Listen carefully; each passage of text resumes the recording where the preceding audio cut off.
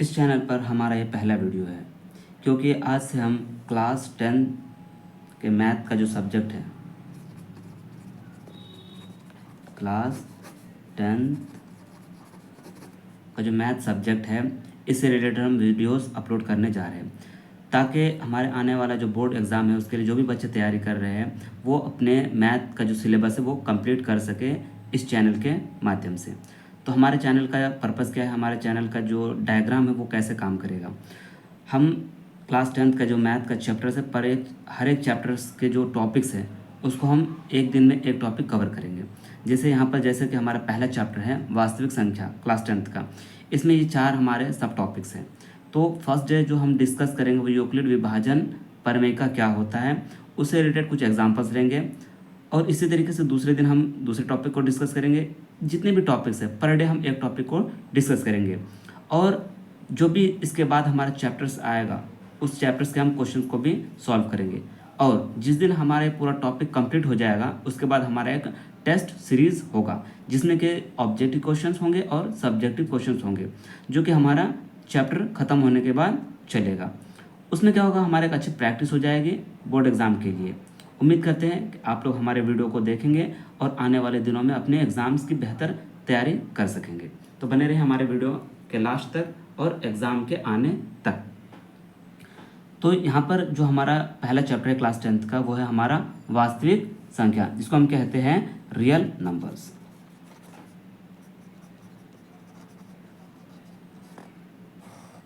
Real numbers, इसमें हमारा पहला टॉपिक क्या है, यूक्लिड विभाजन एल्गोरिथम, यानी कि प्रमेय को हम एल्गोरिथम भी कहते हैं। तो यूक्लिड साहब ने ये दिया था और ये इसमें हम डिवीज़न पर डिस्कस करेंगे। इसका जो बेसिकली इस चैप्टर में क्लास 10 के इस चैप्टर में जो यूज़ है वो हमारा किसी भी दो दिए हुए नंबर्स के एचसीएफ कैसे हम फाइंड आउट करते हैं, इसके लिए हम इसका यूज़ करेंगे। अब इसमें एक मेथड चलता है, एक प्रोसेस होता है, उसी प्रोसेस को हम यहाँ पर डिस्कस करेंगे।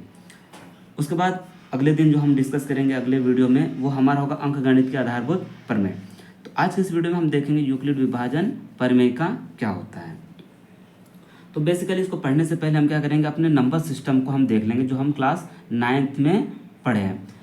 और हमारे वीडियो की एक खास बात ये भी होगी कि हम जो भी टॉपिक डिस्कस करेंगे उसके प्रीवियस क्लास में क्या कनेक्शन है उसको हम डिस्कस करते हुए चलेंगे, ताकि क्या इससे क्या होगा, आपका बेस भी मजबूत हो जाएगा। जैसे यहाँ पर देखिए हमने लिख करके रखा है नंबर सिस्टम, संख्या पद्धति, जो कि क्लास 9th की चीज़ है। तो थोड़ा सा यहाँ पर हम इसको क्या करेंगे, रिवाइज करते हुए चलेंगे। नंबर सिस्टम जो हमारा स्टार्ट होता है वो स्टार्टिंग से नंबर हम कैसे पढ़ते हैं। सबसे पहले जो नंबर हम पढ़े हैं नेचुरल नंबर्स पढ़े, प्राकृत संख्या, प्राकृत संख्या, इसको हम एन से डिनोट करते हैं क्योंकि इसका इंग्लिश होता है नेचुरल नंबर्स। अब ये जो स्टार्ट होता है ये कहाँ से स्टार्ट होता है, हमारा 1 2 3 डॉट डॉट डॉट, यहाँ से संख्या नेचुरल नंबर जो स्टार्ट होता है 1 2 3 से इन्फिनिटी तक चलता रहता है। अब इसमें जब हम क्या करते हैं, ज़ीरो को भी ऐड कर लेते हैं, क्या, शून्य, शून्य को भी शामिल अगर हम कर लें तो इससे जो हमारा नंबर बनेगा वो क्या बनेगा, पूर्ण संख्या बनता है।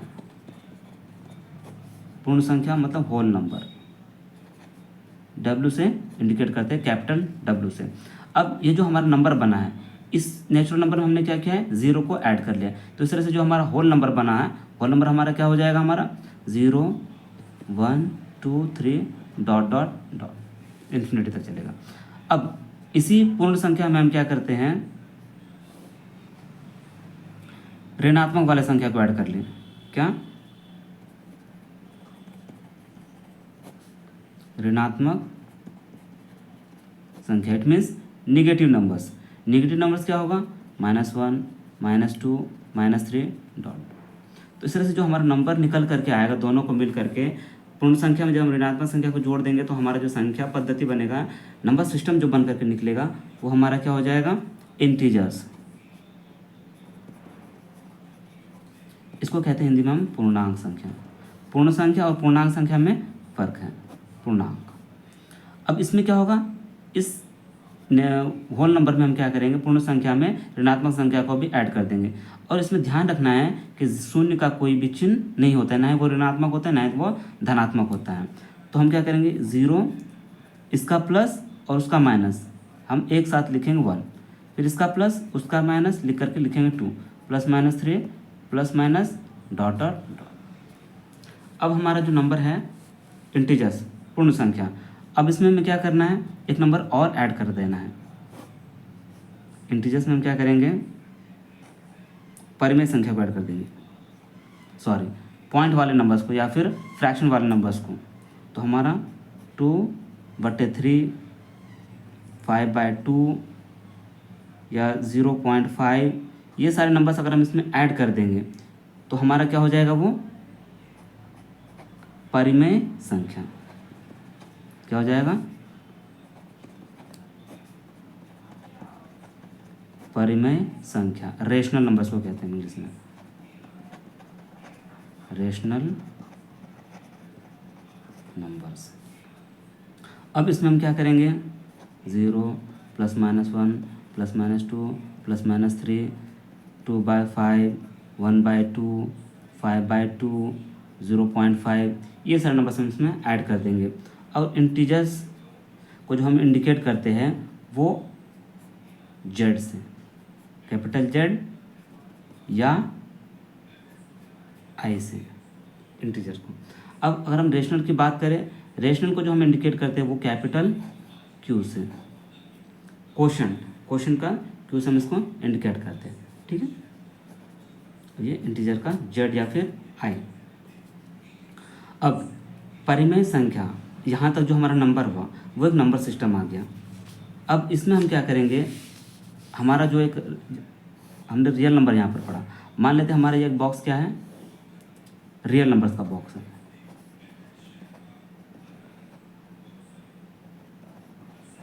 रियल नंबर का बॉक्स है, तो इसमें दो तरह की संख्या आएंगी। एक तो यहाँ तक जो हमने यहाँ तक पढ़ा परिमेय संख्या तक, एक हमारा होगा परिमेय और एक है हमारा अपरिमेय। दोनों से मिलकर के जो हमारा बनेगा उसे हम क्या कहेंगे, रियल नंबर या वास्तविक संख्या। अब यहाँ तक तो परिमेय संख्या तक हमारे इसमें बहुत सारे हैं, नेचुरल नंबर भी है, होल नंबर भी है, जेड इंटीजर भी है। उसके बाद हमारा यहाँ पर आ जाता है क्यू रेशनल तक। अब यहाँ पर हमारा ये वाला जो है वो क्या है, अपरिमेय संख्या, अपरिमेय संख्या। अब अपरिमेय संख्या में आता क्या, उसको मैं यहाँ लिख देता हूँ, अपरिमेय संख्या। परिमेय के अलावा जितने भी नंबर्स होंगे वो हमारे क्या हो जाएंगे, अपरिमेय। जैसे पाई हमारा क्या है, अपरिमेय है, √2 अपरिमेय है, √7 अपरिमेय है, √5 अपरिमेय। रूट के अंदर में जब हमारा अभाज्य संख्या आ जाता है, प्राइम नंबर आ जाए, तो हमारा क्या बन जाता है, वो हमारा अपरिमेय संख्या। इसका मतलब क्या होगा, इसको अगर हम रूट निकालना चाहें तो रूट नहीं निकाल सकते, वो इन्फिनिटी तक चलता रहेगा और कभी भी रिपीट नहीं होगा। अब यहाँ पर रेशनल नंबर की थोड़ी हम बात कर ले कि रेशनल नंबर्स होता क्या है। रेशनल नंबर्स हमारा दो तरीके का होगा, जैसे 2/5, इसको अगर हम देखें तो 0.4, ठीक, ये आ गया, ये हमारा क्या हो गया, शांत है। लेकिन वहीं पर अगर हम बात करें 1/3 तो हमारा ये क्या होगा, 0.333 डॉट डॉट आता रहेगा, ये हमारा अशांत है। इसको हम आगे डिस्कस करेंगे आने वाले टॉपिक्स में, ठीक। तो ये हो गया यहाँ पर। लेकिन यहाँ पर तो देखो हमारा रिपीट हो रहा है, और एक होगा कि यहाँ पर रिपीट नहीं हो रहा है, तो ये दो तरह का हो गया। लेकिन एक कंडीशन ऐसा होगा जिसमें कि रिपीट होगा लेकिन एक जैसा नहीं होगा वो कभी, वो हमारा किस में आ जाएगा, अपरिमेय में, ठीक। चलिए अब हम आगे देखते हैं। ये सारी चीज़ें हो गई किसका हमारा रिलेटेड, ये हो गया हमारा संख्या पद्धति से रिलेटेड, नंबर सिस्टम से। तो वास्तविक संख्या हमने देख लिया कि वास्तविक संख्या क्या है, परिमेय संख्या और अपरिमेय संख्याओं का संग्रह है हमारा। अब यूक्लिड विभाजन क्या कहते हैं उसकी हम थोड़ी बात कर लेंगे यहाँ पे। यूक्लिड विभाजन जो होता है वो हमारा एक प्रमेय की तरह काम करता है, जो कि कुछ ऐसा है।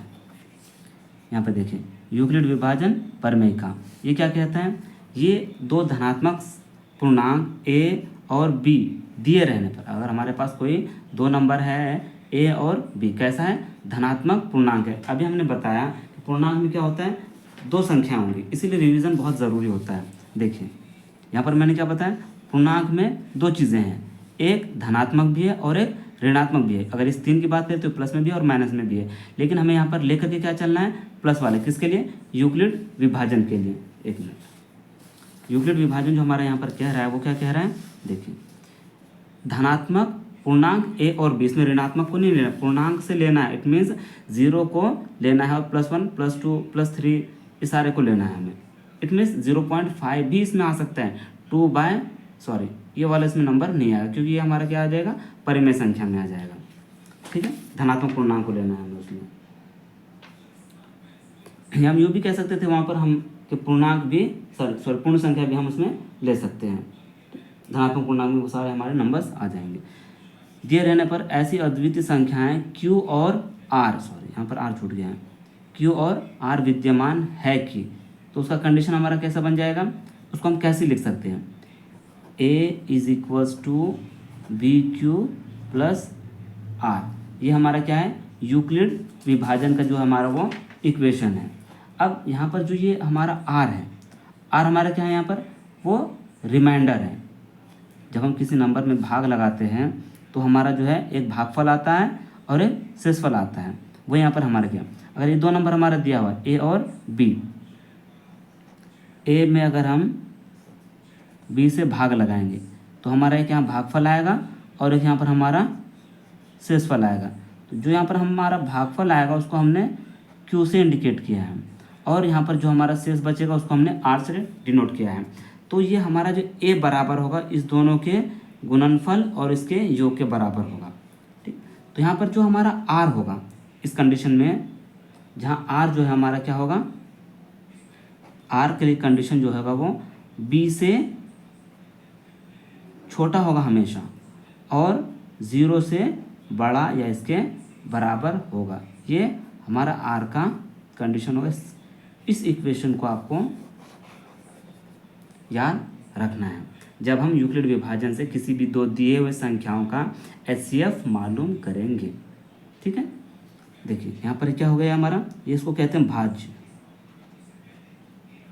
ये हो गया हमारा भाजक। इन चीज़ों को भी याद रखना है। ये हो गया हमारा भागफल और ये क्या हो गया हमारा शेषफल।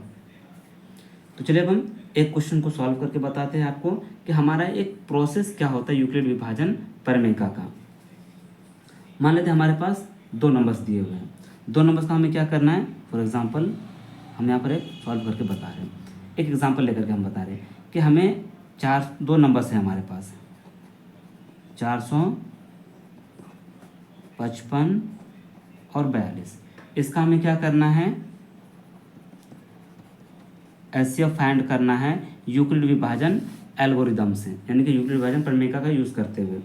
एल्गोरिदम कहते हैं हम किसी भी एक प्रोसेस को, जो प्रोसेस हम यहाँ पर आपको बताएंगे उसी प्रोसेस का नाम होता है यूक्लिड विभाजन एल्गोरिथम। क्या होता है, एल्गोरिथम। एल्गोरिथम का क्या होता है, स्टेप बाय स्टेप हमारा क्या होता है, काम करना होता है। अब देखिए यहाँ पर हम स्टेप क्या अपनाते हैं, तो इस दोनों में देखना है हमें कि इसमें से छोटा कौन है और बड़ा कौन है।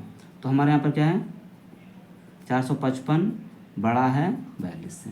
ठीक, तो हमें क्या करना है, 455 को इस फॉर्मेट में लिखना है। यहाँ पर ए, बड़े वाले को हम क्या करेंगे, ए मानेंगे, छोटे वाले को बी मान लेंगे।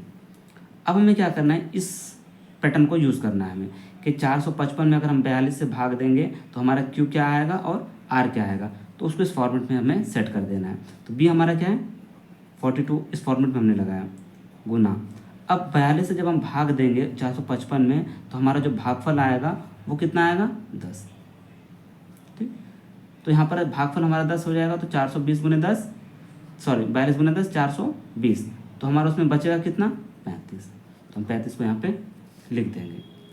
अब जो अगला स्टेप होगा, नेक्स्ट स्टेप, उसमें हम क्या करेंगे, इस 42 को हम यहाँ पर ए बना लेंगे। क्या हो जाएगा, इस 42 को यहाँ पर हम ए बना लेंगे और इस रिमाइंडर को हम क्या करेंगे,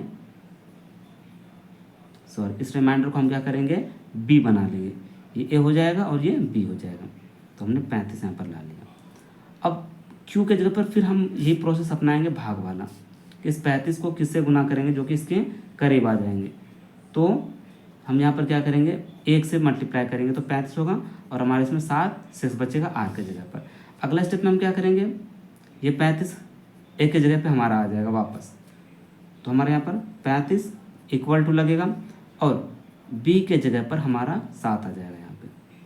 अब 7 से इसमें भाग देंगे तो 5 बार में खाएगा, शेष हमारा 0 बचेगा।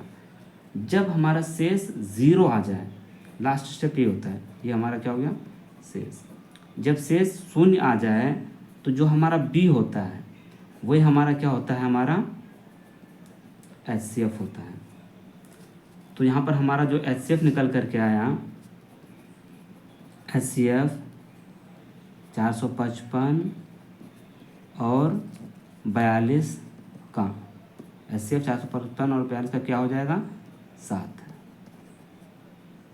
या 455 और 42 का HCF 7 होगा हमारा। ऐसे हम फाइंड आउट करेंगे। ठीक है, ये प्रोसेस हमारा चलेगा। मिलते हैं अगले वीडियो में। Thanks for watching.